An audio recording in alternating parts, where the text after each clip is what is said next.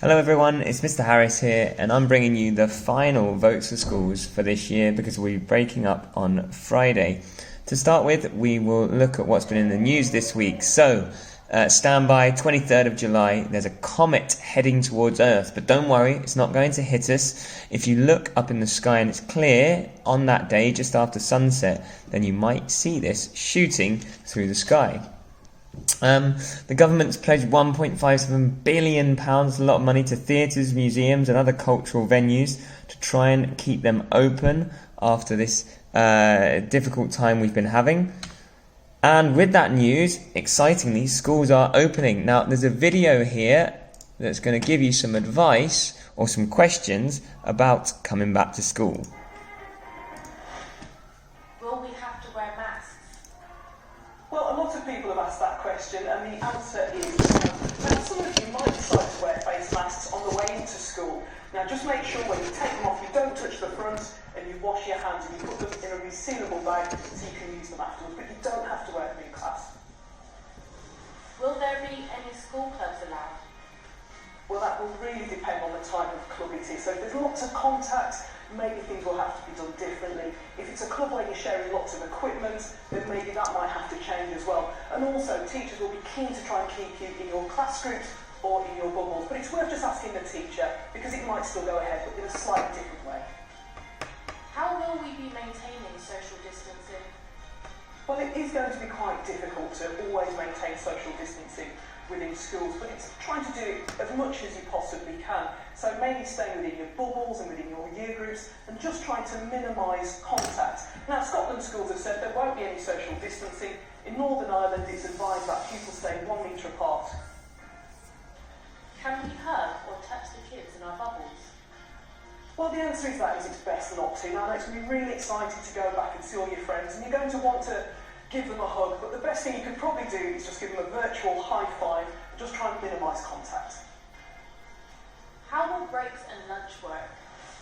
So you'll have staggered breaks and lunch times, which means you won't be having lunch and playtime at the same time as everybody else, but you will be having lunch and playtime with your year group, or with the class that you're with, or within that bubble. Also, as well, you might just be having sandwiches in your classroom. It just depends on the school. Will we be able to use school buses? You will be able to use school buses, but you will need to wash your hands and use hand sanitizer before getting on the bus. You might not be able to sit next to your friend like you used to on the bus to school or on the way back home. And if you're over the age of 11, you might have to wear a face mask. But what the government is saying is, where you can, it's best to walk, cycle, or for your parents to take you in and drop you off. Will you be allowed to bring a pencil case and other belongings into school? Well, bringing things into school should be kept to a minimum. Only bring in what's essential. You can bring in a pencil case, but make sure you wipe it down. And also, don't swap your equipment with anyone else, and don't let other people in your class use your equipment. Just make sure that you keep it with you and keep it as clean as possible. What about children who are shielding? All children are expected to be back in the classrooms by September, and the government hopes by the time that comes around that there won't be any need for children to be shielding. But if you do have any health concerns, then speak with your family or your carers and ask them to speak to the school about it. Okay, I hope you found that useful. You may have noticed I dropped my recording device, but I hope it didn't affect it too much. Children, if you do have any questions about returning to school, do contact us over the next week or via the email over the holidays, the postbox email, because we're happy to answer any questions. One more thing, the government is giving $2 million to a scheme that will help create jobs for young people after the coronavirus pandemic. You're a bit off that age at the moment, but it might help you in the future. Right, have a quick look at the pictures on the screen, and I want you to guess what the vote topic might be this week. Well done if you got that. It is the Olympics, and the question this week is, do the Olympics need updating, need making more modern, I suppose, is what that question means. Let's think about why we're talking about this. So, from school sports day to the Tokyo Olympics, summer was supposed to be a big season of sport, but because of everything, the schools closing, gyms and other venues, not a lot of that's actually happened, and that includes the Olympics that was going to be in Tokyo being postponed until 2021. You can see there Tower Bridge, which is in London, And in 2012, the Olympics were there. I was actually living in London at that time, and it was a fantastic time to be there, a real great event. The Olympic Games have been around for 3,000 years, but they would have been quite different back then. Let's see if they've changed too much, and do we need to make some changes to modernise the Games. So we're going to do a bit of time travelling now. So the first one took place in Olympia in Greece, hence the name. They actually stopped for a long time after that before they started again in 1896, and they've taken place nearly every 4 years in different countries around the world since then. So we're going to see how much they've changed over time, and there's questions for you to answer at the bottom. So 1896, the Olympics were held in Greece, in Athens, that's the capital city. There were 14 countries, 241 athletes, and 43 events. And there's a few of the events there, including cycling, one of my favourites. A couple of odd ones there that you might need to look up. Wrestling, Greco-Roman wrestling, interesting one. It was classed as a modern Olympics, and the countries such as Germany, France, Great Britain, and Greece took part. Have a look at those questions there. Moving on, 1912, we were in Stockholm in Sweden, 28 countries, 2,047 athletes, that's a big increase, and now 102 events, that's a lot. Got some water polo there, football came into the mix, fencing, some very interesting events there. It was the first year that Japan competed, and they used new technology such as a photo finish to see what happens when someone's close to see who won. Few questions there for you. And now we're looking into the future, 2021. It should have been going on very soon. There's 33 sports, 50 disciplines, and 339 events. So of the sports, there's lots of different ones, like swimming, you could do front crawl, backstroke, or breaststroke. Few there new ones like surfing, skateboarding, and baseball, which I've not seen before in the Olympics. They're set to be the most advanced and gender equal, with only just under half of the competitors being women. So that is a good improvement. Which sport would you like to play? Interesting questions there. Right, are all sports equal? The Olympic Games have changed a lot, but have they changed enough over that time? There are many sports, there's still some that are left out. We're going to look at some traditional Olympic sports, and then ones that have never been in the Olympics. They're in the red boxes. And you're going to answer the question, do you think both of these events are sports at all? What makes a sport? How popular do you think these events would be with viewers? And do you think both should be in the Olympics? So we've got the 100-metre dash. This is one of the most famous. So people have to run as fast as they can, 100 metres. And it's the fastest person, first person to reach the line. Usain Bolt is the world record holder, 9.58, the fastest man in history. It says you need to train 1 to 2 hours a day, and it's been in a lot of the Olympics. Now we've got parkour. If you don't know what that is, I'm going to show you a video of this. Children, when I watched this, I was astounded. I think it's incredible. Look at the skill that they're doing.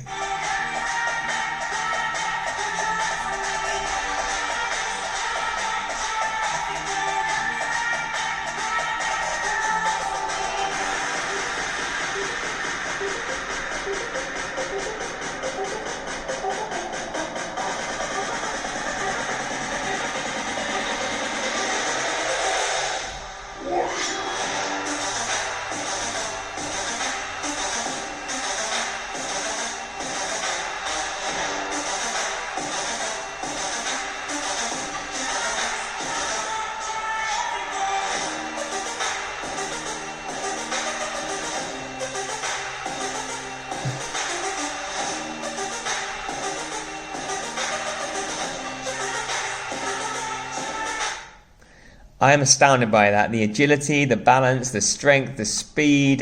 So impressed. Right, so that's parkour, where competitors have to move from point A to point B while avoiding obstacles. And again, it's the quickest person. And that's not been in the Olympics before. Would you be interested in that? Do you think they're both sports? How do you think, how popular would they be with the viewers? Next one, swimming. So you do that at school, so you'll be aware of that. Swimmers swim 100 metres in the fastest time possible. There's lots of different swimming events that you can do, different distances and different strokes. There's even relays. There's been in a lot of Olympics, 29 Olympics, and these are a lot of training, okay? You've got to work really hard in that. Now, what about chess? Two-player strategy game where the aim is to checkmate the opponent's king. Each game a player wins is worth 1 point. Okay, now that's never been in the Olympics. Do you think that's actually a sport, moving pieces of items around or whatever they are? Little pieces around? Would people be interested in that? Do you think it should be in the Olympics? Now, football, we know how that works. I'm not going to speak about that. That is in the Olympics, though it's not usually the most famous players. It used to be people just under 23. What about that against esports, where teams or individuals compete in a series of different games? They win points and the winning teams progress to the next stage, while losing teams are eliminated. A lot of training needed there. Is that a sport? How do we define a sport? I think people might be interested in it. Oh, there is one more. So artistic gymnasts. So athletes perform short routines on apparatus such as the bar.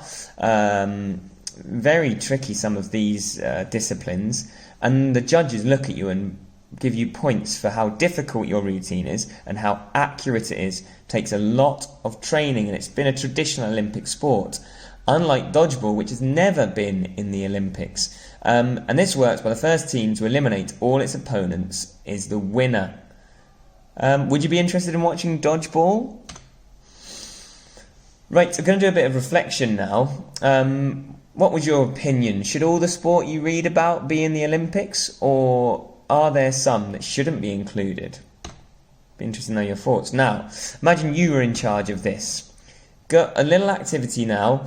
We're going to look at some of the examples of sports that are not included in the Olympics, and you're going to choose one that you think should be included next year in Tokyo. Use the information over the next few slides to help you create a persuasive speech.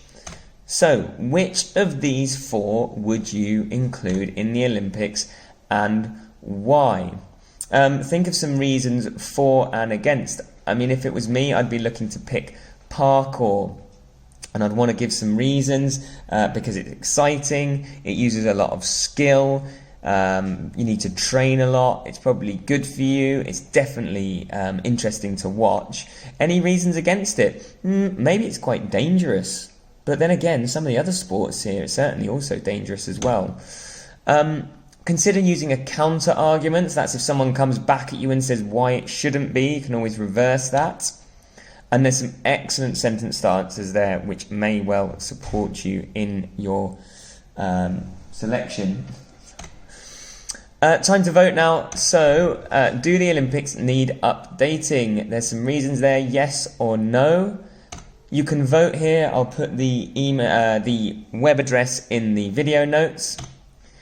Just a little extension here. Design your own Olympics. That might be quite fun. Where would you want it to be and where can it take place? Which activities would you include and what would the prize be for winning? Would you give the traditional medals? Okay, we're going to leave it there, children. I'd love to hear from you. Love to see some voting going on. Have a good week. Bye.